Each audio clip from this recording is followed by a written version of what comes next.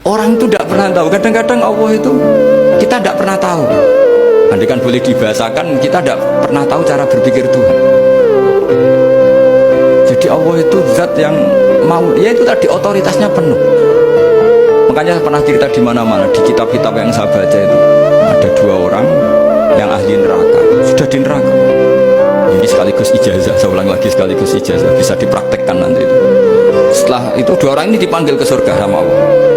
Allah itu tanyanya ya aneh, enak di neraka, ya udah enak di neraka. Ya gak enak di neraka, kok ditanya enak enggak, ya gak enak. Ya sudah, kembali lagi ke neraka, lari kencang-kencang, lari menuju neraka, lari. Sama Allah dipanggil lagi, loh kenapa kamu semangat? Ya Allah, saya ini kapok, saya ini trauma. Dulu ketika engkau perintah, saya ini lelet sekali, disuruh sholat lelet, disuruh zakat lelet. Maka ini dengan perintah saya semangat supaya nggak ngulang kesalahan yang sama. Akhirnya sama dipanggil, ya sudah di surga aja, di surga. Karena semangat lari menuju neraka. Maka ini ijazah, nanti kalau di mahsyar ya, kamu dipanggil, ayo masuk neraka, harus apa?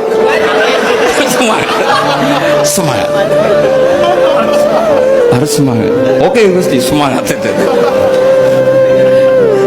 Lah repotnya kalau nggak dipanggil lagi.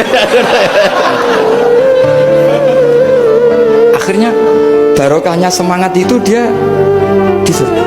Kita tidak pernah tahu cara berpikir Tuhan, nanti kan boleh dibahasakan seperti itu. Yang satu, ayo kembali lagi ke neraka, tolah itu jalan oleh lagi, sampai itu gak semangat oleh lagi. Terus ditanya sama, kenapa kamu tolah itu? Saya tidak pernah ngira ya Allah, ketika engkau panggil di surga, kemudian engkau kembalikan lagi ke neraka. Ya sudah, kamu di surga saja, barokahnya husnuzon.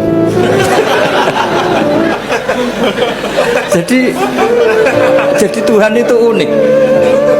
Makanya dalam tradisi ulama itu ad-dinu ar-riwayah, agama itu riwayat. Sebagian diredaksikan inna hadzal ilma dinun fanzuru amman ta'khuduna dinakum. Agama ini, ilmu ini agama, maka lihat riwayatnya. Karena kita tidak pernah tahu cara berpikir Tuhan. Kita harus mengikuti riwayat yang diutarakan Rasulullah SAW. Karena kita tidak pernah tahu. Kayak tadi ada orang diinjek, kita mesti kan terprovokasi ingin bela yang sujud menyalahkan yang injek. Tapi ketika yang sujud mencatut nama Tuhan, Allah tidak akan memaafkan kamu. Itu Tuhan tersinggung karena sifatnya direduksi satu, diambil satu, disembunyikan satu. Loh, ada kan dia begini mungkin malah Allah maklumi, saya tidak akan maafkan kamu. Enggak apa-apa Allah, kan saya kan tidak mencatut namanya Allah. Selama hidup saya tidak akan maafkan kamu. Allah nggak akan tersinggung karena dia sebagai manusia tentu punya dendam, punya rasa mangkel, punya emosi.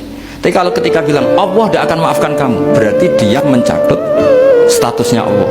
Dan Allah disifatkan hanya satu dari sifatnya Allah, yaitu hanya sifat menyiksa. Padahal Allah punya sifat memaafkan.